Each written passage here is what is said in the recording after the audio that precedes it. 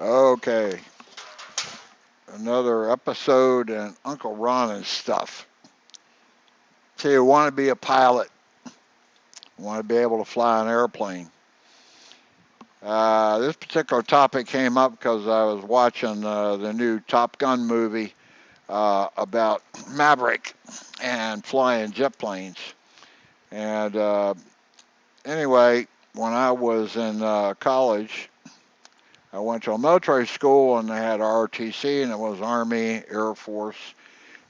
There was some Marines, but if you're in the Air Force branch and you got into your senior 2 years, well, I can't get this right.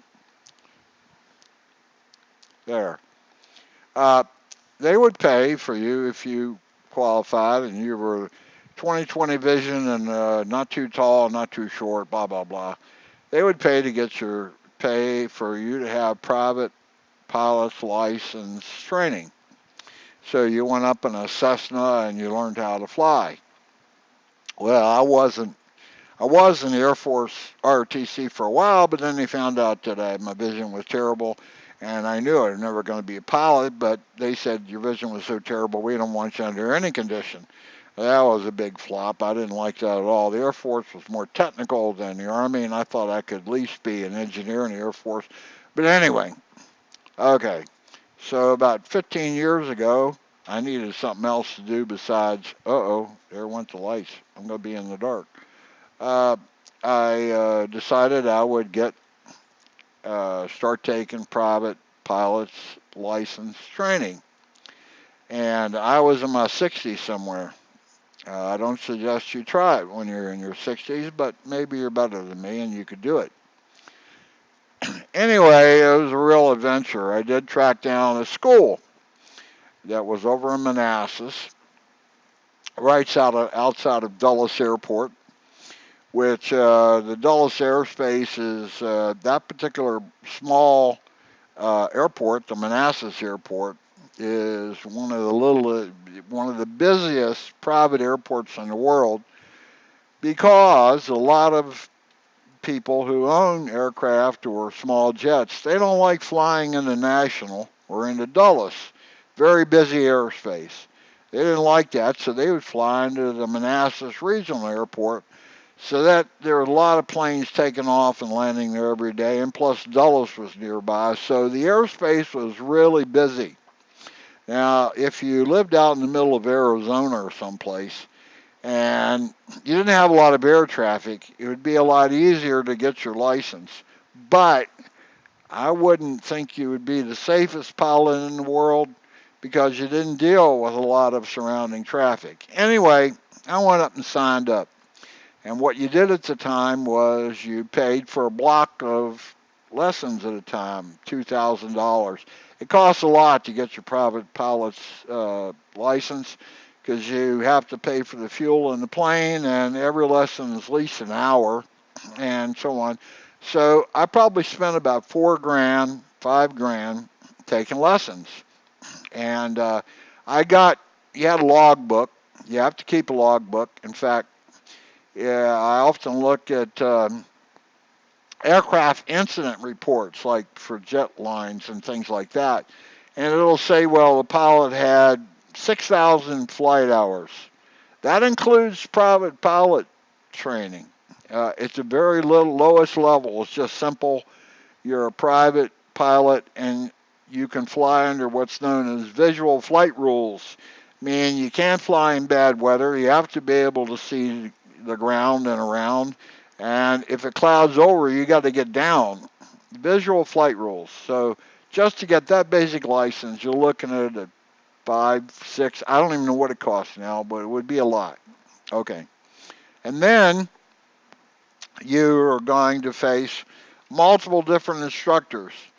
Instructors, anytime they fly, even if they're not in control of the aircraft, like you are, they get credit for the flight hours. So a lot of the instructors are simply people trying to get enough hours to qualify for the next level up in training, or maybe they've already qualified on various other aircraft and they're trying to get with a regional air carrier of some kind. Okay.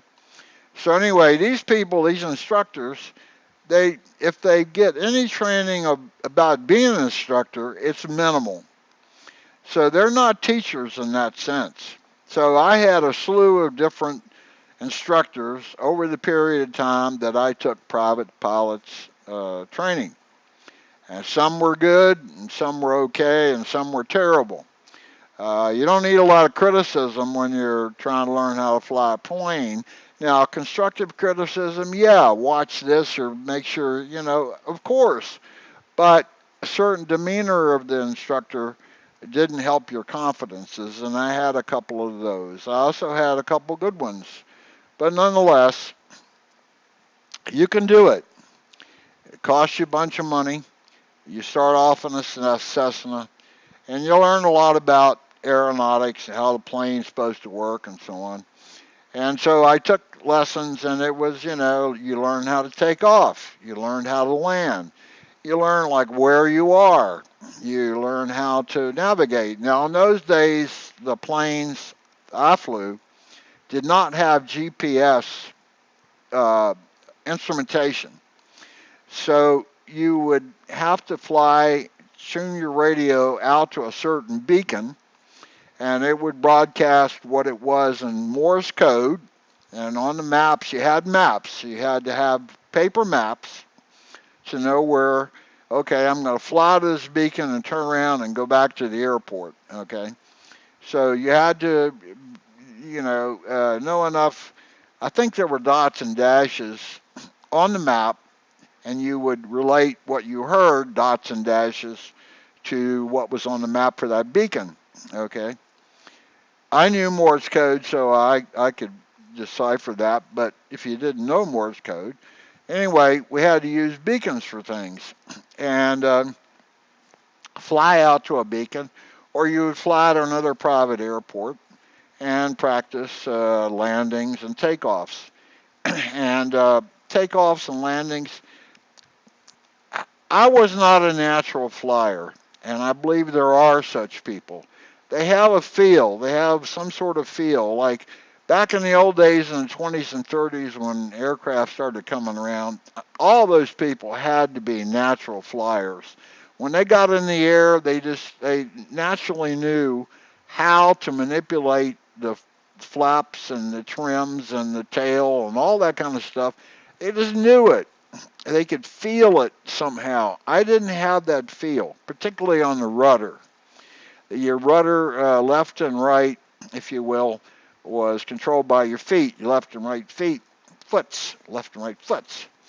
I didn't have that naturally. I had to pay attention. I had to turn around and look backwards when I took off from the runway and see where I was. And the wind would often blow the plane to the right or left to the center line of the runway. I would have to correct. I couldn't feel it. I would also be skidding, if you will, or skewing, whatever the proper term is, where the rear of the plane was slightly skewed to the front of the plane. I couldn't feel it in my butt.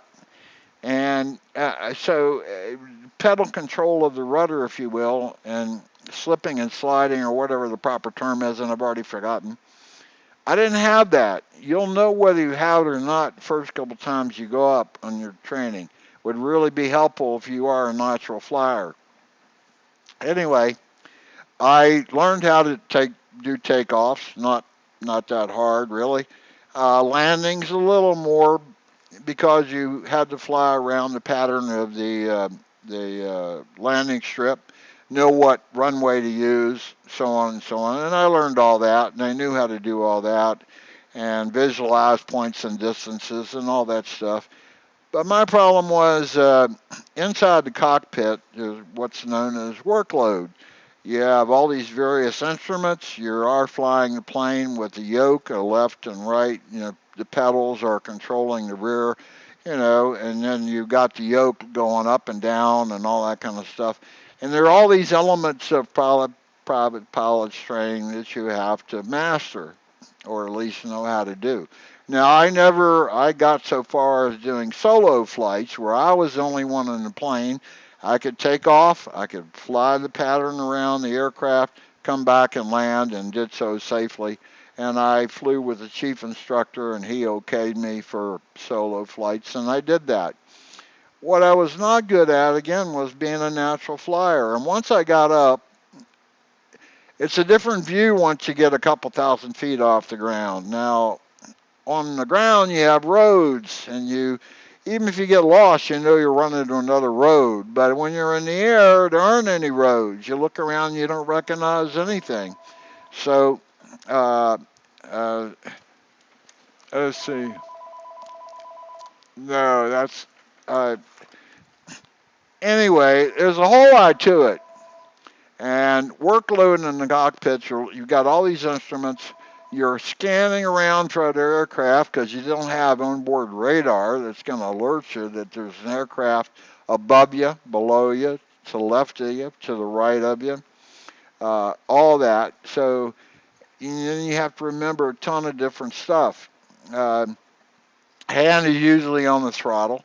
So the workload gets heavy, or it did get heavy for me. I don't know how to describe it in terms of like driving a car. It's three, four, 10 times more workload than it is driving a car. So if you're uncomfortable driving a car, don't even think about doing a private pilot's license. Okay.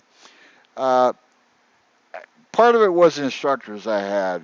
I had a really good instructor who later became a blimp pilot for Goodyear, and he was really good. Always helpful, always gave me good hints and tips. Uh, I did solo twice. Now my problem was there were two problems I had that said I can't do this anymore. One was I sometimes suffered from visual migraines. Now you have to take a physical. FAA requires that you pass a physical before you can fly, and pilots today even have to take physicals. In the commercial airlines, they have to do physicals to make sure they're still in physical condition to fly a plane. So I took a physical and I passed it, even with medications that I took and so on, and my health conditions. And even with my eyes, I was okay. But I did periodically get what's called a visual migraine. And when that happens, I get these flashing lights in the front of my eyes, and I can only see around the periphery. That happened to me one time on landing, and I didn't like it. I could land, but I didn't feel secure about it.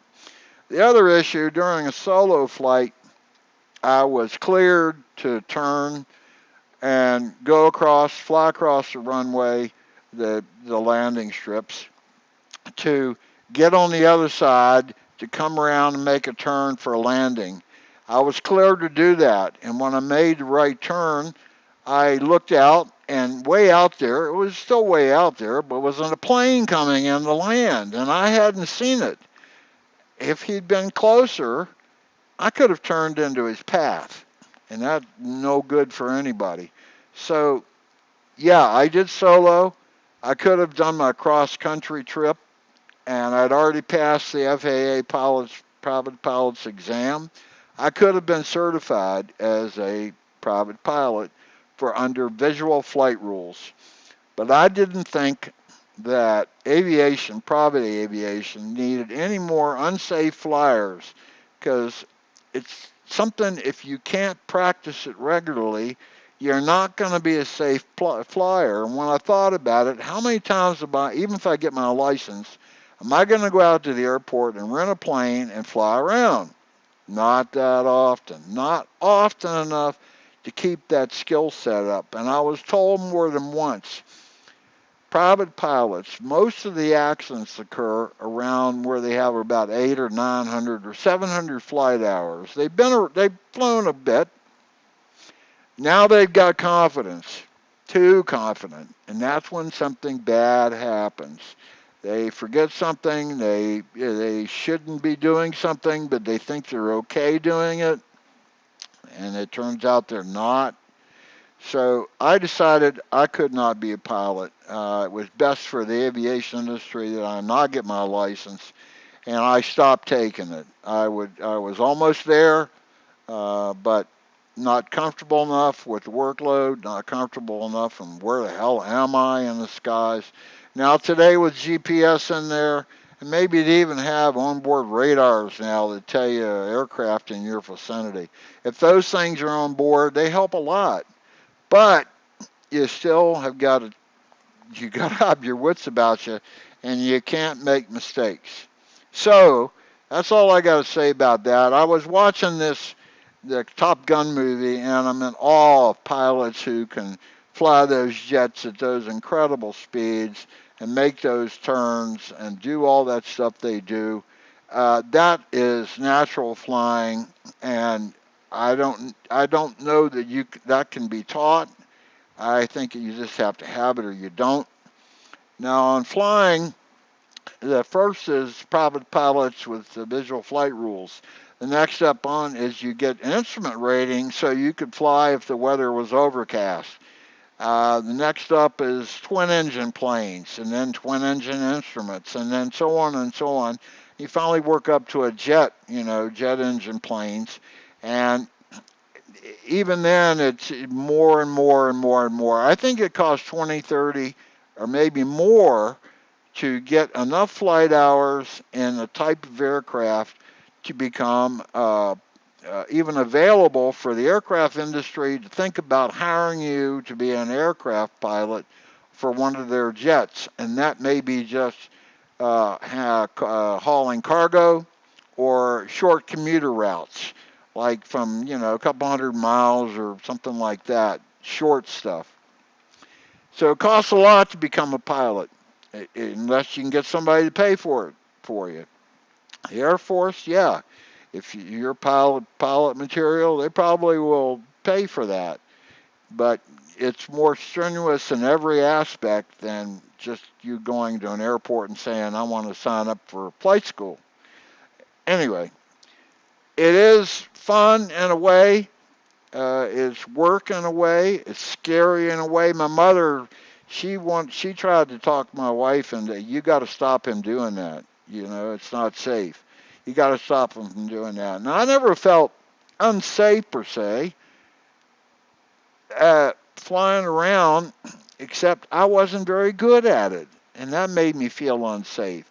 Unsafe to other people. That's what I was concerned about. I don't want to hurt anybody else. As for my own safety, yeah, I don't want to die in an airplane crash that I'm piloting.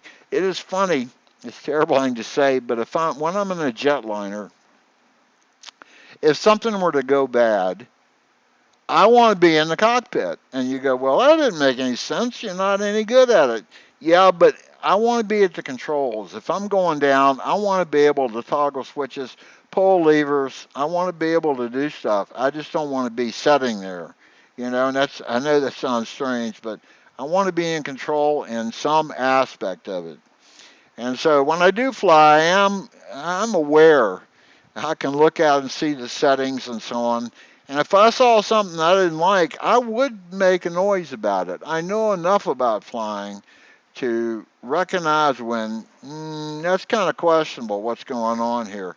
I've come in, dropped down altitude in a commercial airliner real quick. Now, I understand there's situations that occurs, but I didn't like it, and I'm sure the pilots didn't like it, having to come in that hot. I've hit the runway real hot, meaning at a high airspeed, and had to brake like crazy, and I didn't like that either. I understand the situations that occurs in commercial aviation. Nonetheless, there are things that I do pay attention to, and I'll listen into air traffic control, and you can do that on commercial airliners if you're interested in. You can also listen in with radios that'll hear like local airports and traffic going on there. You can listen to all that stuff. If you're interested in being a pilot, you should explore it. Keep in mind, it'll cost a bunch of money. Keep in mind, the instructor quality will vary. I doubt if you ever have the same instructor for the whole session. I got to about 70 flight hours in my logbook. I don't know if they ever expire, so if I started again, I'd already have 70 hours underneath my belt and would count toward ultimate number of flight hours. Most pilots who get their license, I believe, do so at around 50 to 60 hours. They've already done everything what I did and more and got their license. I wouldn't be comfortable at all saying I was certified at 50 flight hours. That is not enough. I don't know what the requirements are now, but that is not enough. I'm telling you. You need more than that to be any kind of qualified to be flying that airplane around. And now I think they're requiring insurances. If you think about having your own plane, it can be incredibly expensive. And insurances, because you crash into somebody's house, you're responsible. You know, besides injuries you may incur yourself. There's a whole lot to it. It's fun in a way. My uncle Glenn, he always wanted to be a flyer. He thought he did. He never got a chance to do so. He regretted that he didn't get a chance. So if you have a mind to it, don't regret it. Go ahead and try it. You'll know quickly or not whether it's for you. I'm not discouraging you. I'm just saying, you know, it didn't work out for me. And in the end, it's a terrible thing to say. All I really wanted was to be able to put on my resume, I was a pilot. You know, I'm a pilot. Well, whoopee. I mean, it was a vanity sort of thing. I can do this. I can do this. Well, I could do it. I just wasn't very good at it and not good enough to be flying around and risking other people's lives. That's enough for this episode. I don't even know what it is, but I'll label it when I put it up on the website. It's the 24th of December, 2022. Bye bye. I hope you learned something and maybe, or you think about something. And there's a lot to think about flying too. I mean, all kinds of dimensions. Aircraft building. I've known people that built their own aircraft. I've talked to them on radios. They build them in the garage. You know, you can buy kits. Okay, that's enough. Bye bye, bye bye. Merry Christmas.